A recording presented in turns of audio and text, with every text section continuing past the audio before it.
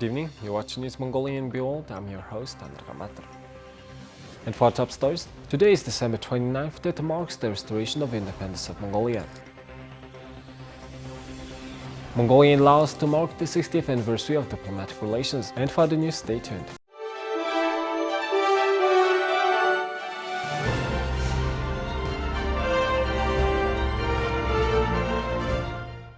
The 110th Jubilee of the victory of the National Liberation Movement and the restoration of independence of Mongolia is being celebrated on December 29th as a public holiday.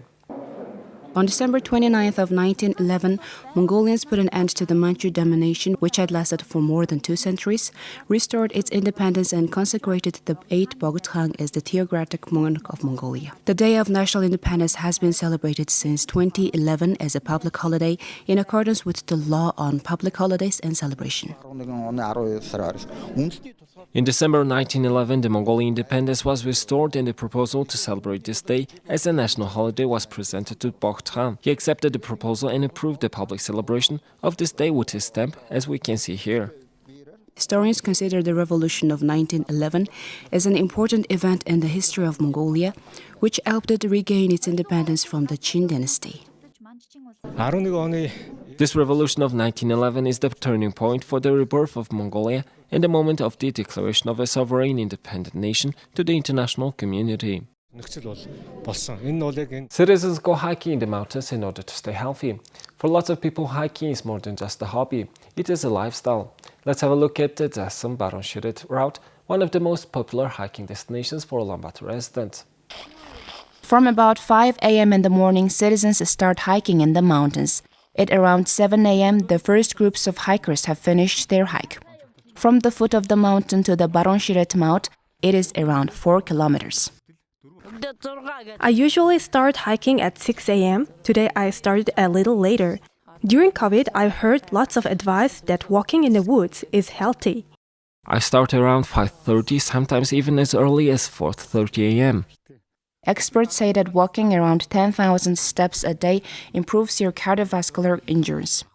This morning on the hiking trail, we came across lots of seniors. We have now been hiking for around 1 hour from the foot of the mountain, and we are closing to reaching Dorotaga Mount in the Bogd Mountains. How many years have you been walking in the mountains? I've been hiking for around 4 to 5 years. I try to do it around 3 times a week in the mornings. If I'm busy, then at least once a week. I have never been walking during the winter, so I find myself short of breath quickly. Does it get better eventually? Yes, if you do it regularly, you will get used to it. Your body will want to hike more and cannot feel okay without it. It will demand hiking. Yes, it will demand you to hike. We have reached our destination. Yes, we have. Now it's time to turn around and go down. How long did it take you to get here to the top? An hour and a half. I've hiked for 3 years now and I'm 67. Do you take a break while hiking? Not often. I almost never take a break. For experienced hikers, the colder the weather is, the more invigorating it feels. It doesn't even matter if the weather is not very good. There are many people who would say hiking helped them lose excess weight. For instance, around 5 to 10 kilograms over 6 months. It's good cardio, it is also good for the brain, and most importantly, I had some problems losing weight.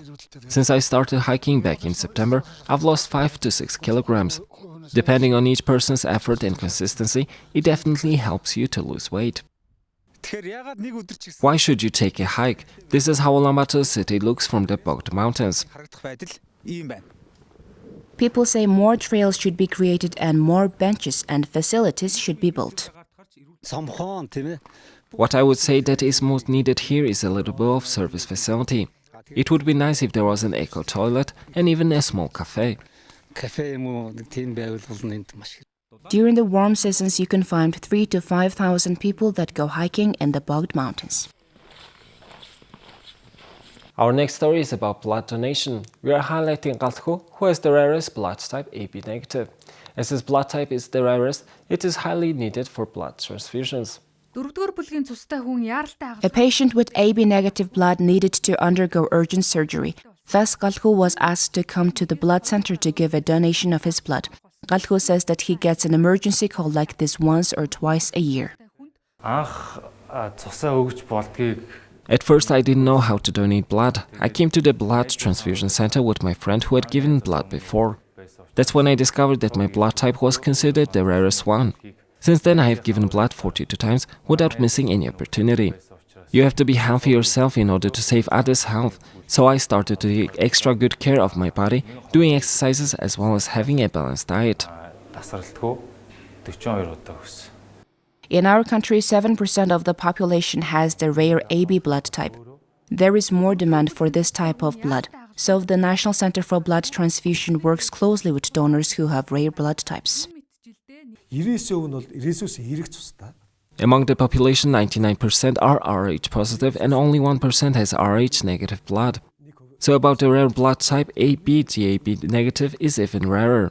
If a person with a Rh negative factor is in need of blood, they can only receive Rh negative blood. Galho has donated blood more than 40 times since 2018, saving the lives of about 150 people. He is now a medical student and said that after getting immersed into the medical sector, Galho said that he now understands the value of blood even more.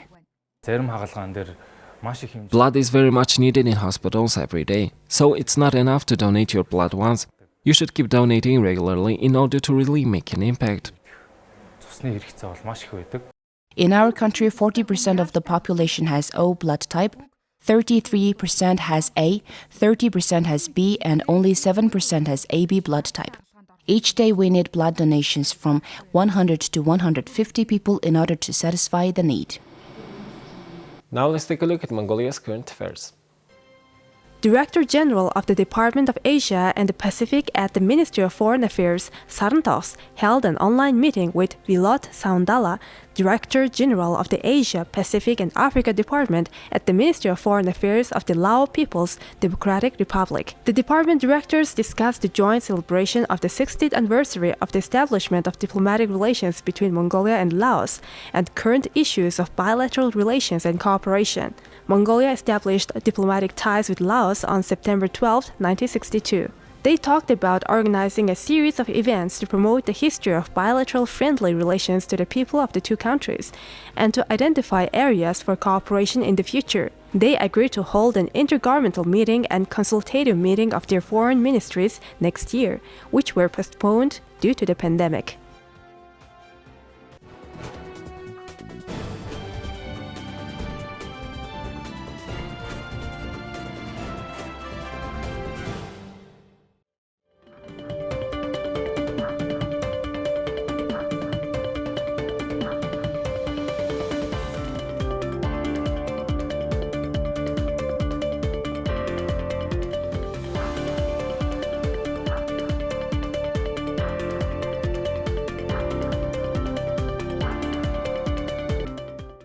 Here's the weather forecast of world's major cities.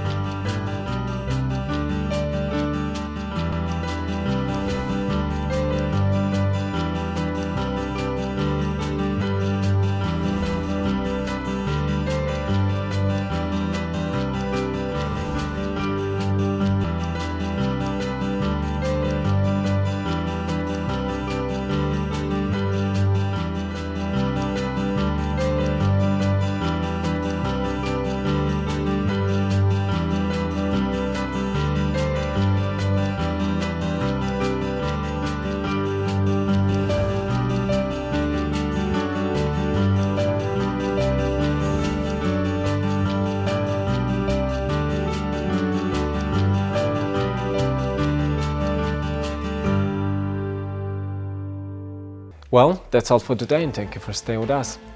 We'll see you tomorrow with more news and updates. Have a nice evening. Goodbye.